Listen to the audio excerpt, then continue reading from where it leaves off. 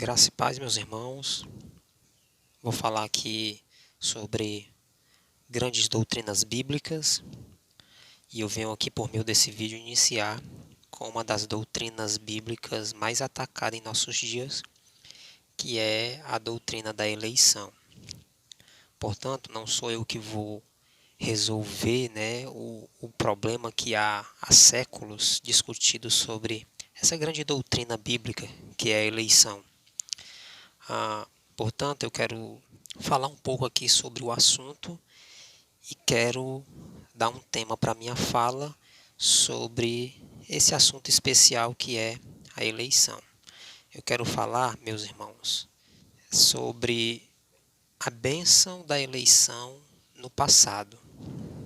Porque a bênção da eleição ela envolve passado, presente e futuro. Mas eu quero falar aqui de forma especial no passado. E Paulo fala sobre vários aspectos da eleição, mas antes de falarmos desses aspectos, a gente vai ler o texto base que está em Efésios capítulo 1, verso 4.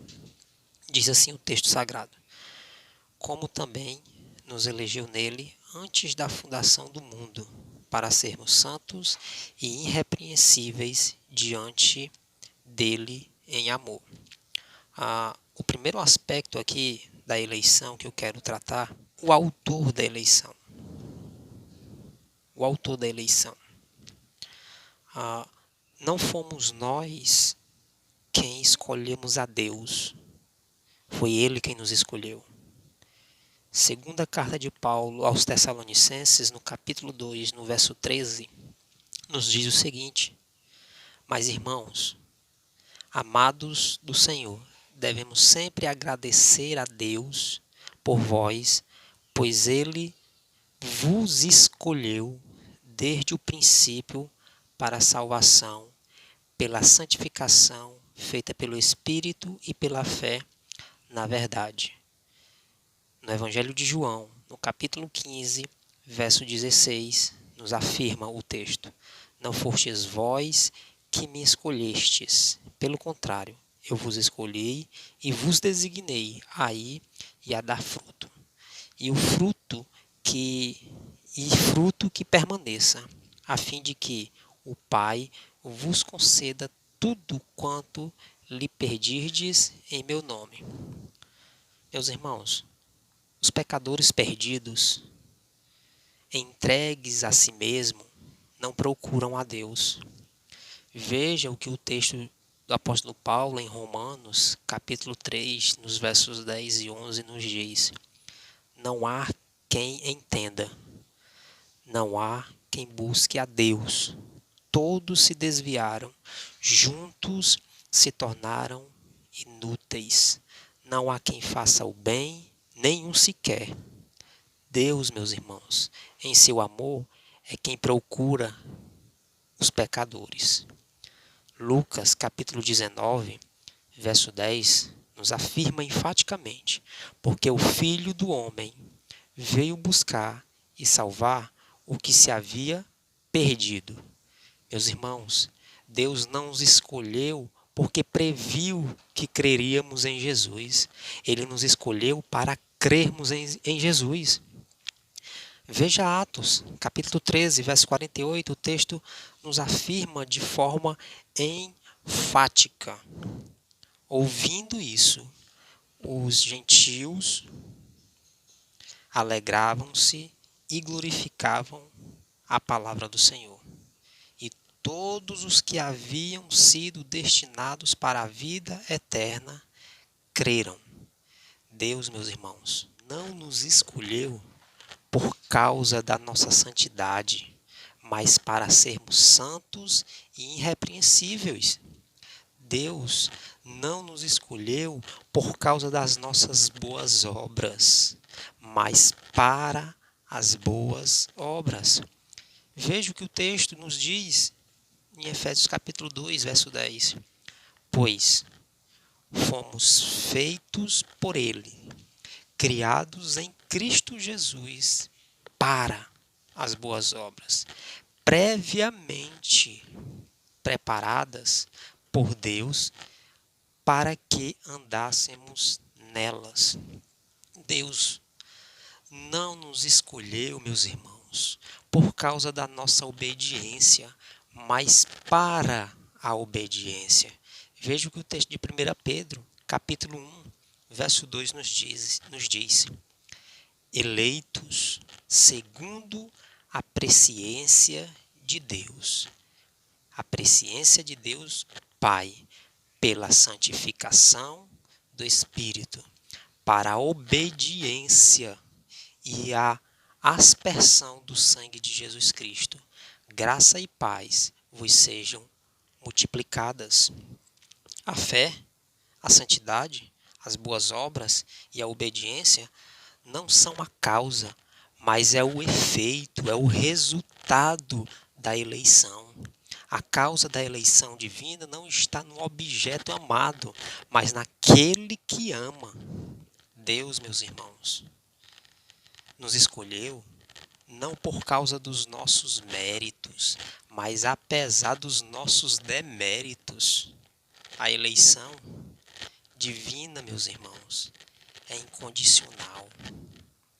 Apesar que muitos dos nossos dias impõem condições, mas a eleição divina, ela é incondicional. Quero tratar sobre o segundo aspecto, o tempo da eleição. Ainda no verso 4, Spurgeon, meus irmãos, dizia que enquanto não recuarmos até ao tempo em que o universo inteiro dormia na mente de Deus, como algo que ainda não havia nascido, enquanto não penetrarmos na eternidade em que Deus, o Criador, vivia na comunhão da Trindade, quando tudo ainda dormia dentro dele, quando a criação inteira repousava em seu pensamento, tudo abrangente e gigantesco, não teremos nem começado a sondar o princípio, o momento em que Deus nos escolheu. Portanto, Deus nos escolheu quando o espaço celeste não era ainda agitado pelo barulho das asas de um único anjo, quando ainda não existia qualquer ser ou qualquer movimento, ou tempo, ou espaço, e quando coisa alguma, nem ser nenhum, exceto, meus irmãos, o próprio Deus, na eternidade. A eleição divina não foi um plano de última hora, porque o primeiro plano de Deus fracassou.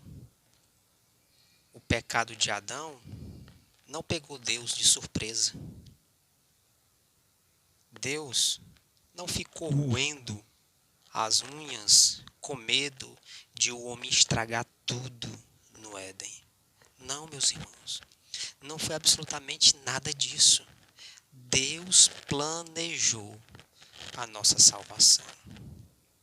Antes mesmo de lançar os fundamentos da terra, antes que houvesse céu e terra, Deus já havia decidido nos escolher em Cristo para a salvação. Eu gosto de uma frase que meu pastor Ney Wagner gosta muito de falar. Antes que houvesse luz, Deus já tinha dito na eternidade, haja cruz. Porque o plano da salvação nos remete aos tempos passados, na eternidade, na mente de Deus. Ele nos escolheu antes dos tempos eternos. Como diz 2 Timóteo, capítulo 1, verso 9. Ele nos salvou e nos chamou com uma santa vocação, não por causa das nossas obras, mas devido ao seu propósito e à graça que nos foi concedida em Cristo Jesus, antes dos tempos eternos.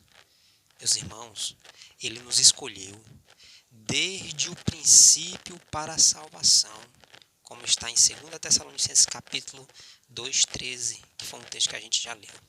Ele nos escolheu antes da fundação do mundo.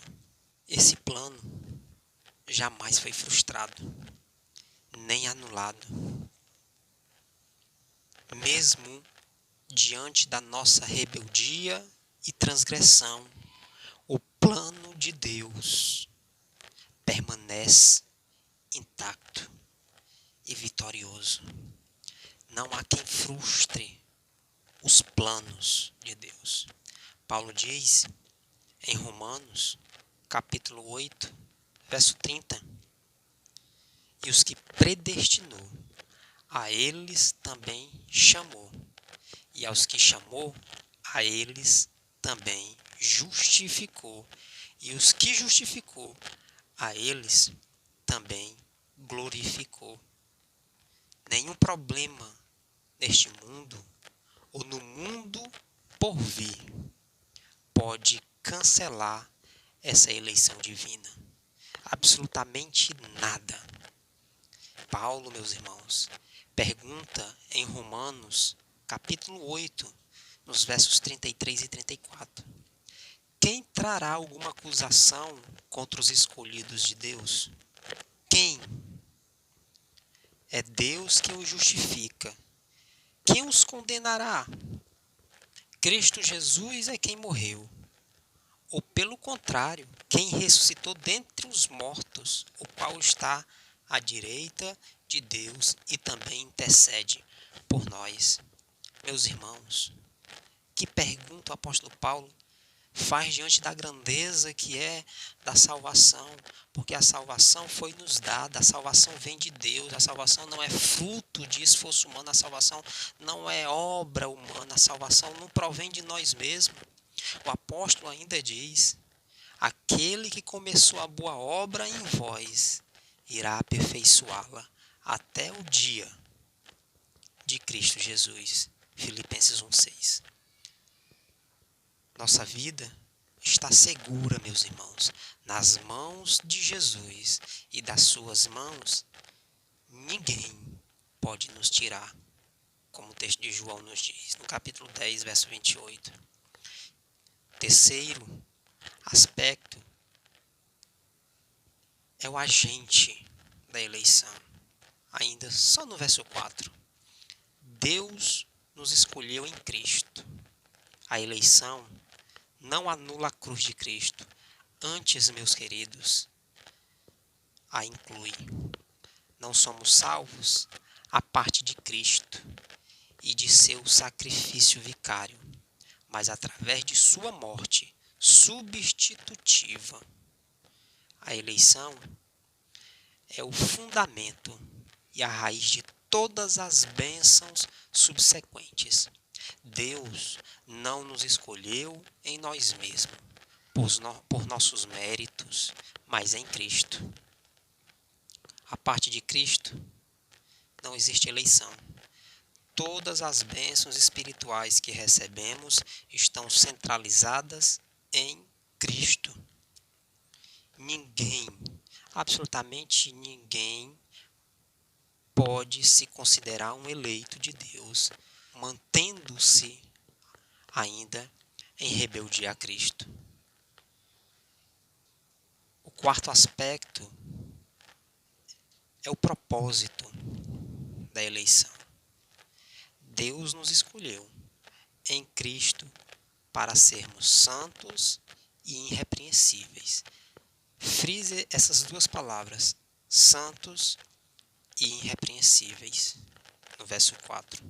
A santidade e a irrepreensibilidade são o propósito de Deus na eleição. Nenhuma pessoa deve considerar-se eleita de Deus se não vive em santidade.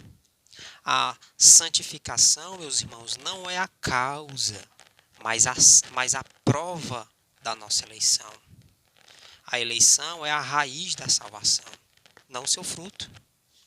Enganam-se aqueles que pensam que a doutrina da eleição promove e estimula uma vida relaxada. Não, se enganam completamente.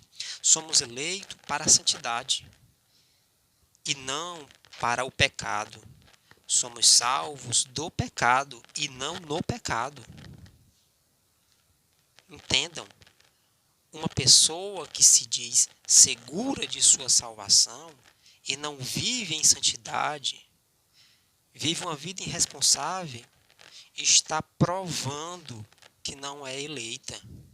Nós somos santos presencialmente diante de Deus, mas isso também envolve um aspecto de responsabilidade humana. A palavra santo, meus irmãos, contém sempre a ideia de diferença, de separação, algo que é diferente das coisas ordinárias. Por exemplo, um templo é santo, porque é diferente dos outros edifícios. Um sacerdote é santo, porque é diferente do homem comum. Um animal que era imolado ao sacrifício é santo, porque é diferente dos demais animais.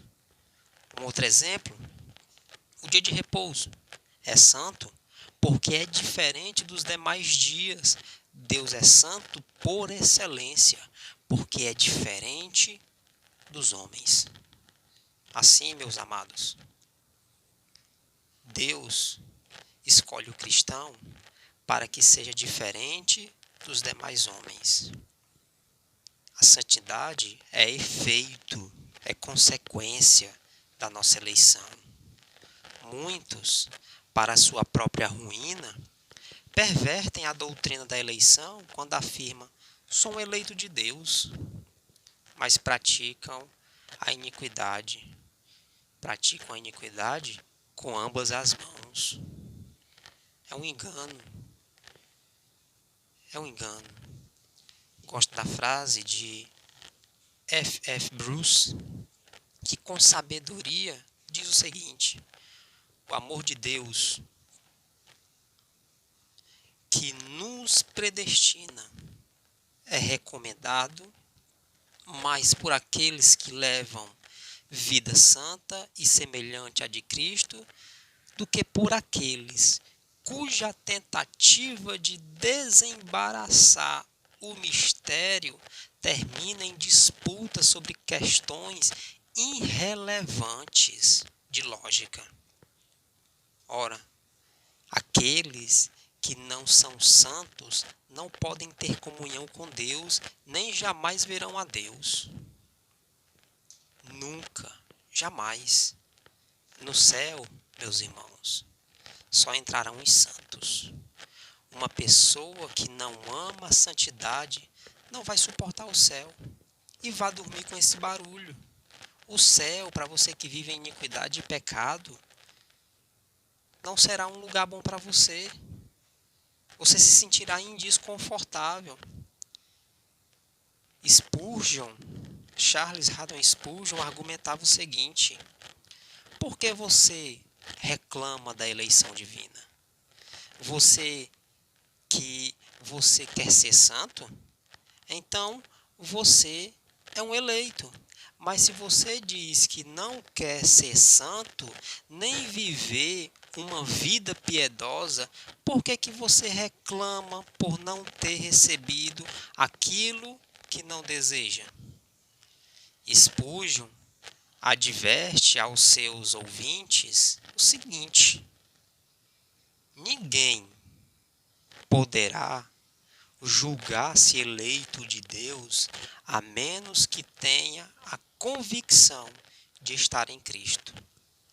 Não imagineis que alguma espécie de decreto firmado no mistério da eternidade salve as vossas almas, a menos que creiam em Cristo. Não imagineis que sereis salvos, mesmo que não tenhais fé. Essa é a mais abominável e maldita heresia que tem arruinado milhares. Não torneis a eleição divina como uma espécie de travesseiro para dormirdes sossegado, porque perdereis a vossa salvação, ou porque vocês podem se perder. Além da palavra santo, temos irrepreensibilidade. ainda no verso 4, a palavra irrepreensível é a palavra veterotestamentária para um sacrifício imaculado. Essa palavra, meus irmãos, quer dizer sem qualquer espécie de mancha.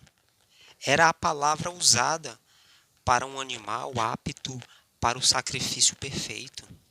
Portanto, cada parte da nossa vida, nosso trabalho, nosso lazer, nossa vida familiar, nossas relações pessoais, deve fazer parte da nossa oferenda a Deus. Devemos nos apresentar, não é isso que o apóstolo nos diz? Devemos nos apresentar. A eleição tem como alvo nos levar a uma vida limpa, pura e santa. Se você vive a parte disso, você não é um eleito, você não é um salvo em Cristo. Ora, meus irmãos, somos a noiva do Cordeiro, que está se adornando para Ele. Não somos escolhidos para viver na lama, mas para viver como luzeiros do mundo e apresentar-nos a Jesus como a noiva pura, santa e sem defeito, como o apóstolo Paulo afirma nessa carta que a gente leu no capítulo 5, no verso 27. Portanto, fomos eleitos para Deus, para andarmos com Deus, para nos deleitarmos em Deus. Ele é a nossa fonte de prazer, Ele é o amado da nossa alma. Na presença dele é que encontramos plenitude de alegria. Podemos concluir dizendo, meus irmãos, que a doutrina da eleição é uma revelação divina e não uma especulação humana. Ela é um incentivo à santidade e não uma desculpa para o pecado. É um estímulo à humildade e não um motivo para o orgulho. É um encorajamento à evangelização e não uma razão para o descuido missionário. Deus em Cristo te abençoe. Até o próximo vídeo com grandes doutrinas bíblicas.